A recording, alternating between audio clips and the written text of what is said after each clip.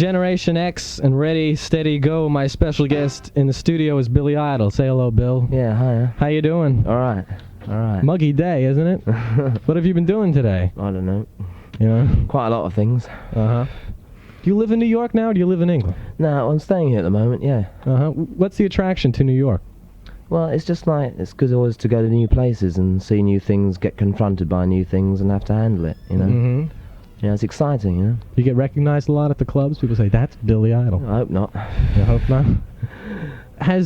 Tell me something, has Generation X made a name change to Gen X, and will you not be called Generation X anymore, or tell me what's happening with Gen X right now is my question. I've left the group. You left the group? Okay, now what's going to happen to you in the future? Well, I'm playing with this guitarist called Phil Hawke. He's on the Alan Vega solo album. Mm-hmm. And we're just getting some things together, and we'll be out playing soon, I hope, you know, as soon as possible. Any plans to record? Yeah, of course, yeah. Uh-huh. We're going to play something from the latest Gen X. Is that all right? Yeah, all right. We play something from Kiss Me Deadly. Why was this album called Kiss Me Deadly, and the song Kiss Me Deadly was on the first album? What was the reason for that? Just because it was the last album of the group, and I hated Valley of the Dolls so much. It was just to link it with the first album, you know, to say this is more like the first stuff, you know. Okay. This is WNYU FM New York. Billy Idol is here. Poison from the Gen X record Kiss Me Deadly. This is WNYU FM. Billy Idol is here. Who's on your shirt, Billy? Who's on my shirt? One of the most drugged out people in the world, I think. Who would that be? The Big EP. Charge it.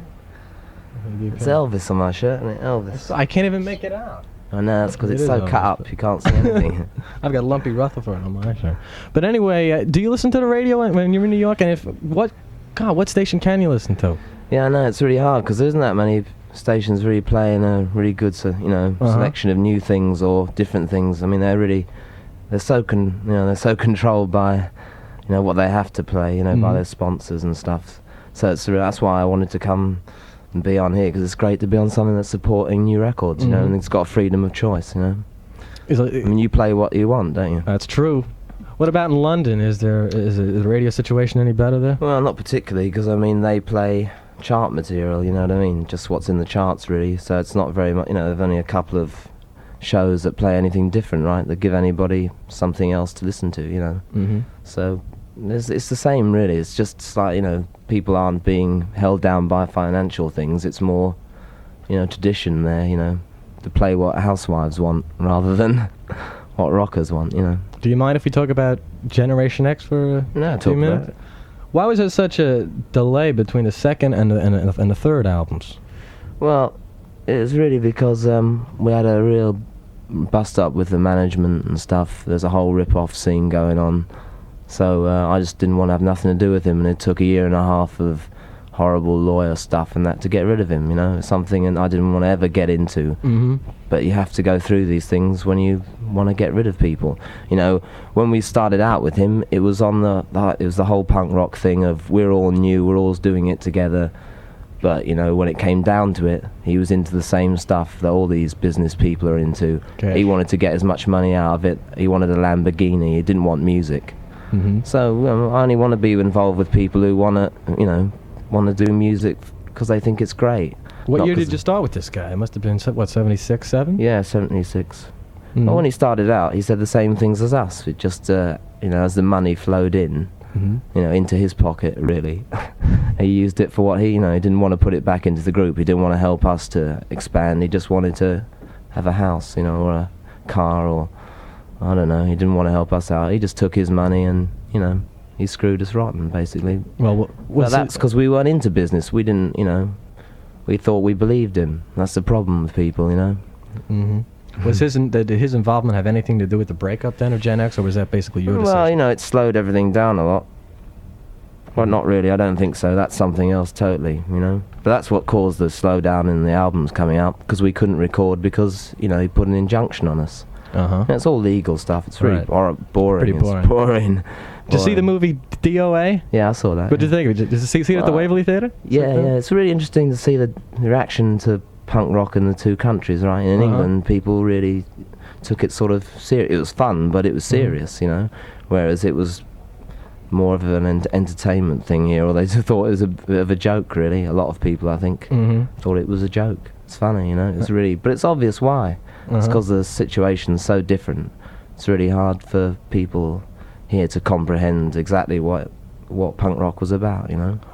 Where were you when they shot that footage? They didn't. That was a while ago, right? No, well, we used to just rehearse anywhere we could. You know, you made use of anything anywhere you could, and it was just some old hippie place where we could rehearse really cheap. You know, we had to do everything really cheaply. Had no money, so we could rehearse and keep our gear down there. So we just happened to be rehearsing, and they came down and shot it down there. So it's like this really hippie place with a load of little punk rock kids jumping about, playing music. It's funny, but you know, it's nice seeing it.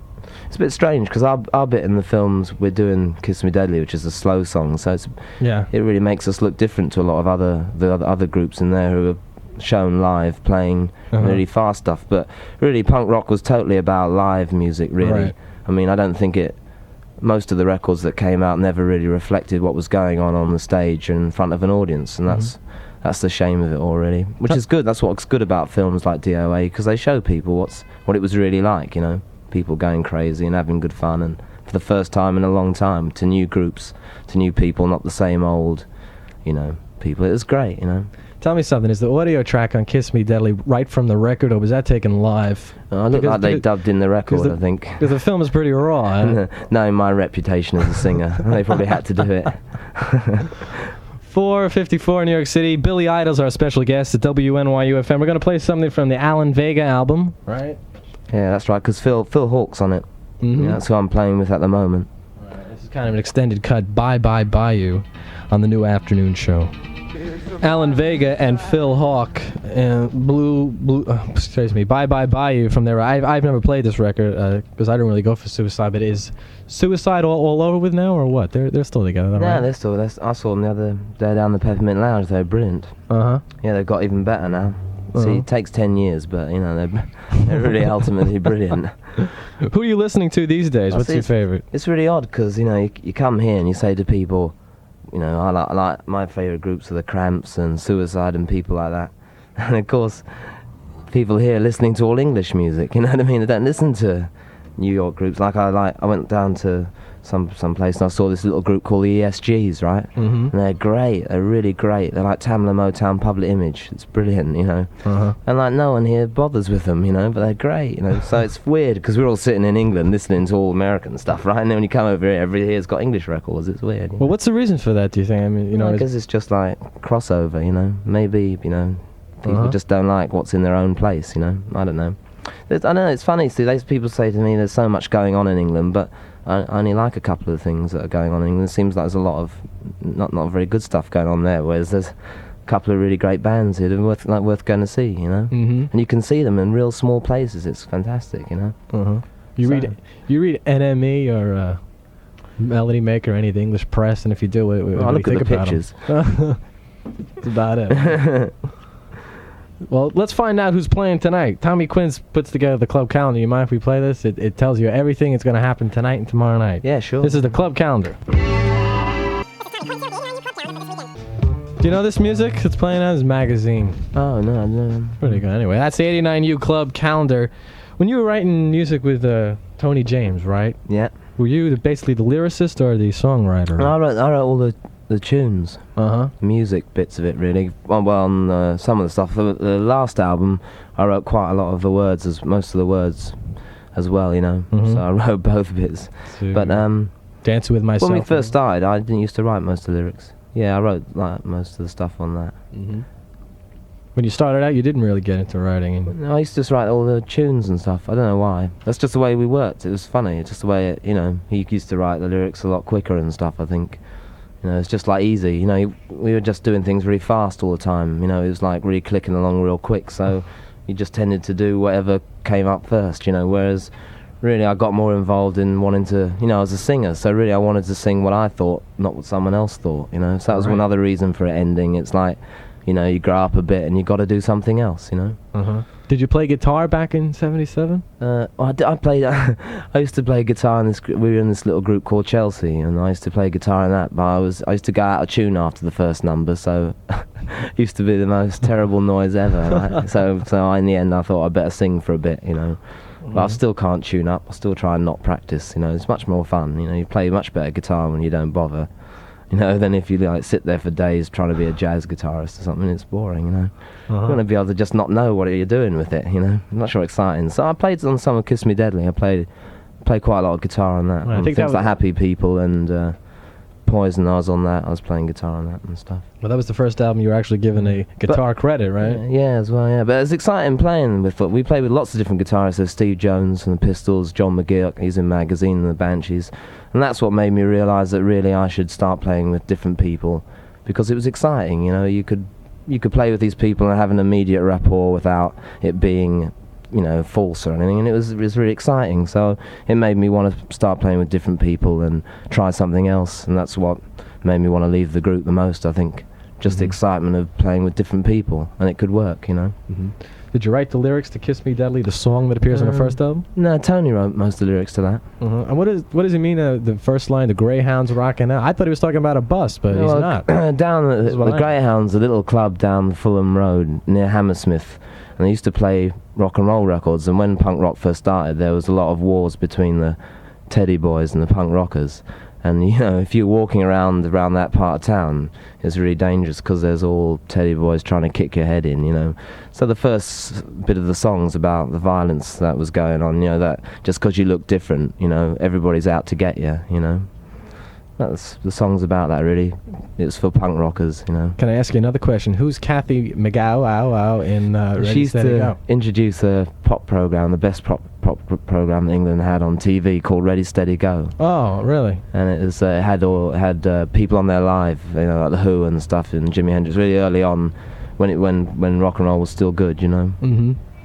So it's just a joke, really. It's just a bit of a laugh. Yeah, right. You know? She's just a personality, you know. Here's Kiss Me Deadly from the first record. Oh, Kiss Me Deadly from the first record. You go to the movies often? Yeah, I go quite a lot, yeah. You see Raging Bull? Yeah, it's brilliant. You like Robert De Niro? Oh, it's brilliant, yeah. It's obviously the best American actor, I think. So, you know, Brando's brilliant as well, I think. Yeah, he's great, De Niro. Yeah, Did you ever act in any movies? You really didn't do any acting in DOA. Do you want to do any acting? Could that be? I've done some acting in my time, I've got to admit. But no, I haven't done any on TV or nothing, or films. I wouldn't mind doing something if it was, you know, interesting. Anybody's willing to offer me the money to do it. Yeah. But I wouldn't mind doing something really, that I thought was good. Yeah, I wouldn't mind trying it. I've tried other things, so I might as well try doing that. You like reggae music? Yeah, I like listening to reggae a lot. Not so much as I used to, but I still like listening to it, yeah. I take it you heard about Bob Marley last Monday, right? Yeah, it's real. Did you ever meet the man? No, I never met him or anything. But I mean, it's pretty heavy what happened to him. I read this thing just where he was saying he thought he was going to live and stuff, you know, so it was pretty, you know, but that's what happens to people, you know. It's horrible. But he did do a lot of great music, so, you know, we're lucky, I guess. What other reggae artists lately have you been listening to? Let's see. I listen to. I like this Sly and Robbie record, Gambler's Choice and stuff. Some not sort of lovers rock or nothing. I like quite heavy. I like the heavy bass and stuff. You know. Heavy reggae. And anything else? But well, this is I don't know. We're going to play Linton Kwesi Johnson record. Right. But he's like one of the few people in England who's really sort of, I think, put in.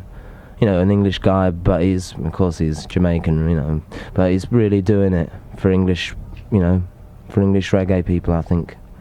There's one of really bona fide good tracks and stuff. It's great feeling, and you think, you know, he really means it. This is Iron Bar Dub.